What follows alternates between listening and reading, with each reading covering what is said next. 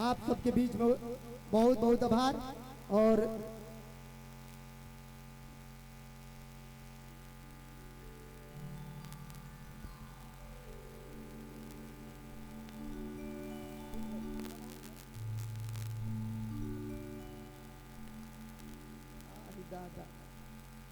एक ही तो राजा वो गोलू राजा, मंच के राजा, जब जैसन तब तैसन ना बुझे तो मरद कैसन।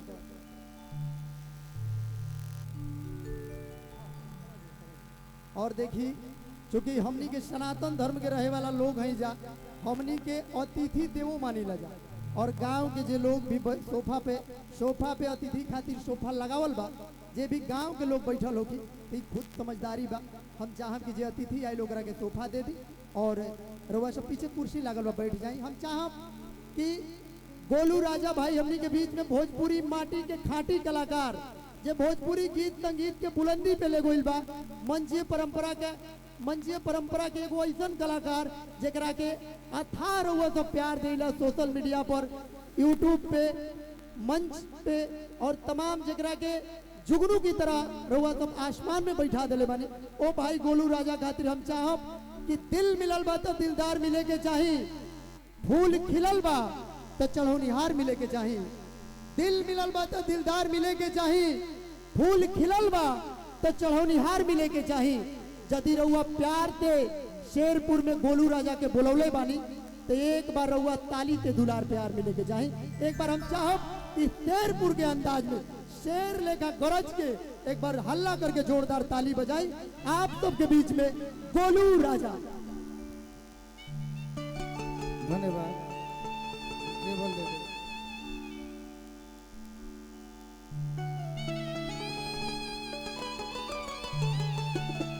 प्रताप इनका के कुछ आशीर्वाद दो।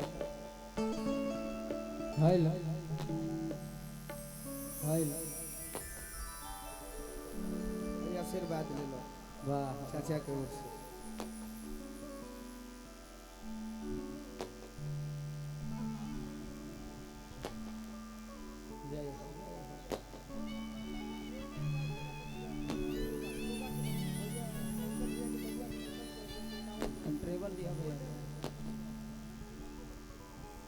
गोल्डन राय जी और सेनापति राय जी ग्राम जोगा से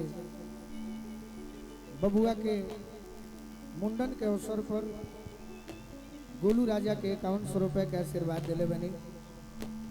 जिन्हें भी बानी हमारे गार्जियन हम बार बार प्रणाम करो। छोट बबुआ अपना भतीजा राजवीर के खूब आशीर्वाद दे। पंकज राय भैया तो बहुत बहुत आभार व्यक्त करो कि आज पूरे भारतवर्ष में एक दूगो गांव ऐसा बा जैसे को हमार गांव के एशिया के सबसे बड़ा गांव कहल जाला, तो हमारा समाज के भी सबसे एगो सुंदर गांव आ तकत गांव शेरपुर भी कहल जाला। सब गार्जियन के बार बार प्रणाम करो। विशेष आभार कीर्तन सम्राट अपने अर्जुन भैया के आ कार्तिक भैया के हम विशेष आभार व्यक्त करो कि इतना सुंदर मंच पर, इतना बड़ा मंच पर हमारे के कुछ गीत गावे के रोरे सब मौका दिले बनी। बहुत दिल से मन गदगद बा।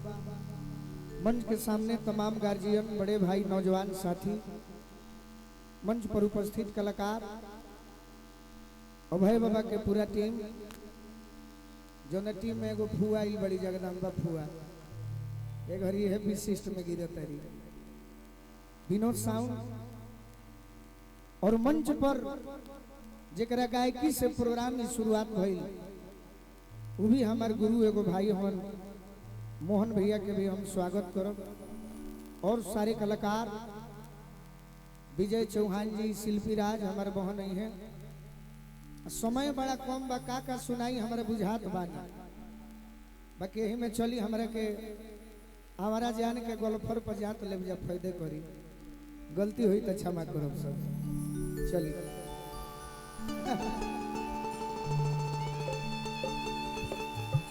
ताली तनी हमारा ओर से भी मोहन भैया खाती बजा दी। हम जीवन में इतना संबंध निभौले बनी कि लंकाई में मोहन भैया जब सुर संग्राम जीतलन और जीतला के बाद अपना मोहन के शादी में भी गई भैया के बार बार प्रणाम करो। और कुमार अर्जुन जी जे हमार जौन बड़ भाई बानी उनके गीत रउरा सब सुनले हो खूब बजावली के हो नहीं जनत की के बजौले बा, लेकिन माई के कृपा ऐसन भइल हम तो उत्तर प्रदेश ना पूरे भारत सरकार से निवेदन करो कि हमरा तो उ चीज अब मिली ना, बाकी कम से कम कीर्तन अगर सरकार सुने तो कीर्तन के मामले में कुमार अर्जुन जी के पद्म श्री अवार्ड मिल जाए हमरा बड़ा खुशी हुई। हमरा भी मिली बाकी श्रोता हमरा के लिए वही ना दिया। तो चलिए एगो भजन ओकर बाद देखल हमरो मिली अब कहाँ से मिली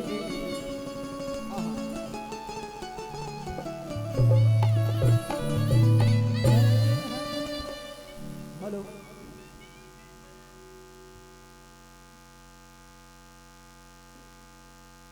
कुमार अर्जुन भैया के सम्मान हो कीर्तन सम्राट कुमार अर्जुन भैया जे भजन कीर्तन से पूरा देश में विख्यात हो गई और राम भजन पे लोग कितना रील बनावल विदेशी भी लोग रील बनावल। वो अर्जुन भैया के हम चाहे आपके एक बार जोरदार ताली बजा के आप सब सम्मान बढ़ाएं। कुमार अर्जुन भैया के सम्मान भाई चलिए जंगारी चाचा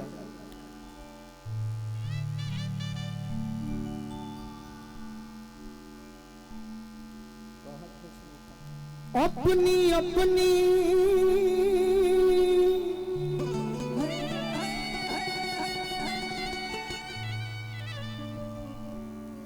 धुन है,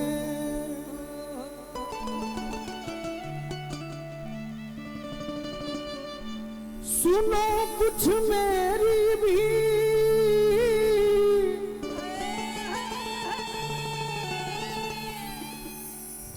आप अगर बड़े हैं तो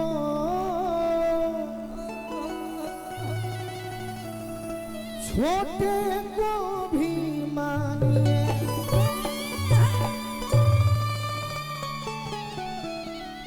हेलो और एक सूचना है हमारे प्रशासन के लोग यहाँ पे उपस्थित है, आप लोगों का स्वागत अभिनंदन है और आप सबसे निवेदन है कि ये जो मंच के सामने पब्लिक है इधर बहुत ज़्यादा क्राउड लगाई, इधर भी थोड़ा थोड़ा मंच से दूर करा दिया जाए आप सबके माध्यम से।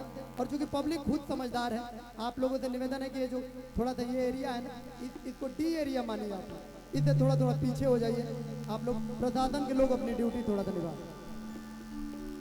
इतना दिन के बाद इतना साउंड मन मिलल बा ठीक भाई। एगो माई के स्तुति बोल लिया। जननी के जननी हो जननी जनक के तू,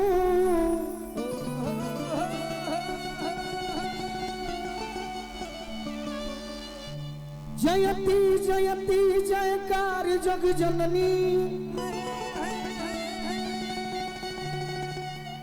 जननी तू जोगिन के बिसैन के भोगिन के, सुनिला न हमरो पुकार जग।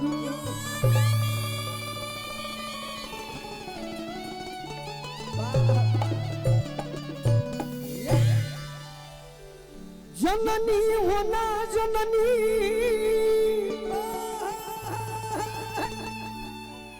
जो बजा पताप करे,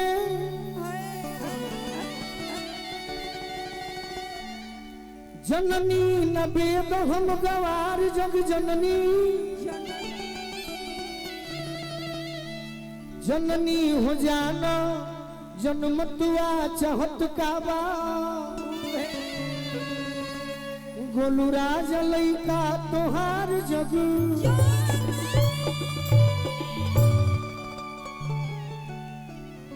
माइनर हो जाएगा भजन गा लिए छोटा सा एगो पूरे भारत वर्ष में एगो लय गावाला जे करे के कहल जाला शिव नारायणी। सुनब तो बड़ा आनंद आई, गावे में भी आनंद बजावे में भी आनंद। पिया जब प्रदेश चल जालन चाहे जेकर बियाह हो जाला तो एगो गीत गावेला कि बैठी दुआरिया अरे रोवेली गुजरिया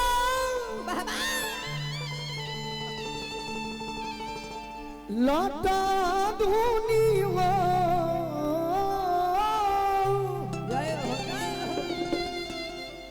अरे के सिया क्या बात है कोई के गवाना नई लये सजाना कबई पिया परो सिया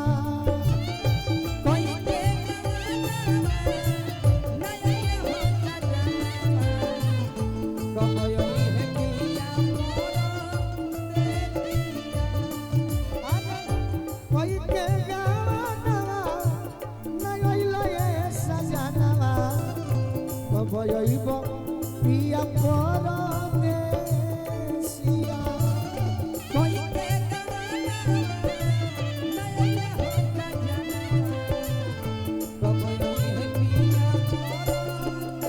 यही लय पर बीड़ा वाली माई से भाव कहता कि माई सब हवा में खाड़ बानी लइका तोहार बानी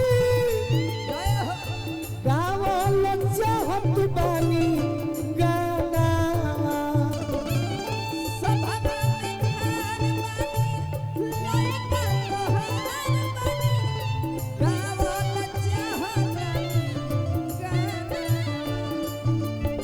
अरे करी सुमीरा नवा बुझले चला नवा बीड़ा वाली रखी हो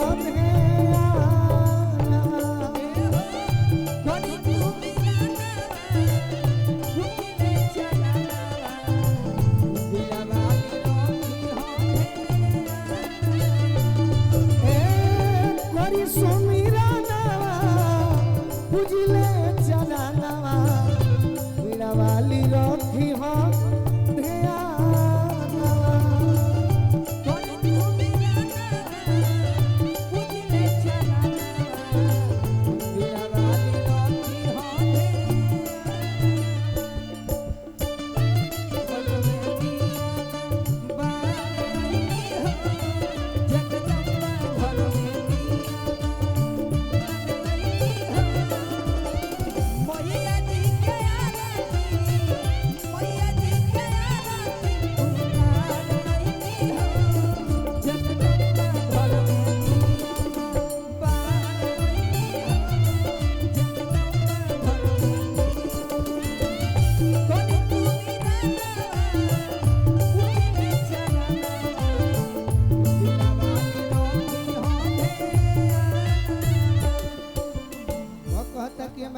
कुछ ना चाहिए ये चाहिए मान तू बढ़वलू जैसे गई तेरी धुरान के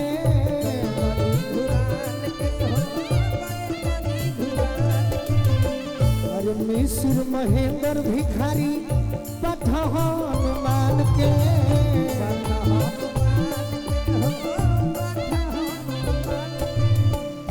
कोइला जग बंदन राधा कृष्ण सुख नादम जग में दियवलु आशा खाना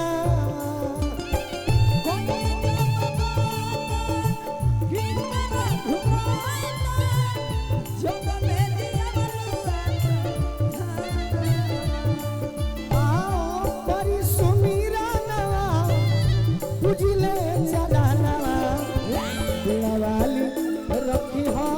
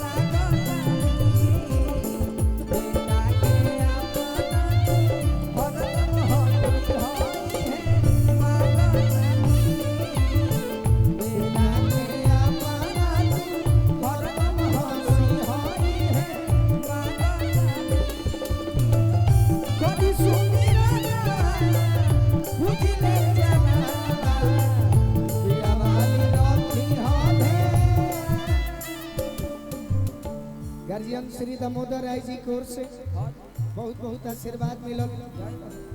आशीर्वाद तो बड़ी अच्छा चीज हो, बाकी एगो बात जानी कि हमरा भी कुछ बात ना सूर न सहूर दुर्बानी गवन से बानी गो दुर्बानी कहल नहीं के भेंट ये माई अक्षर करी ऐसे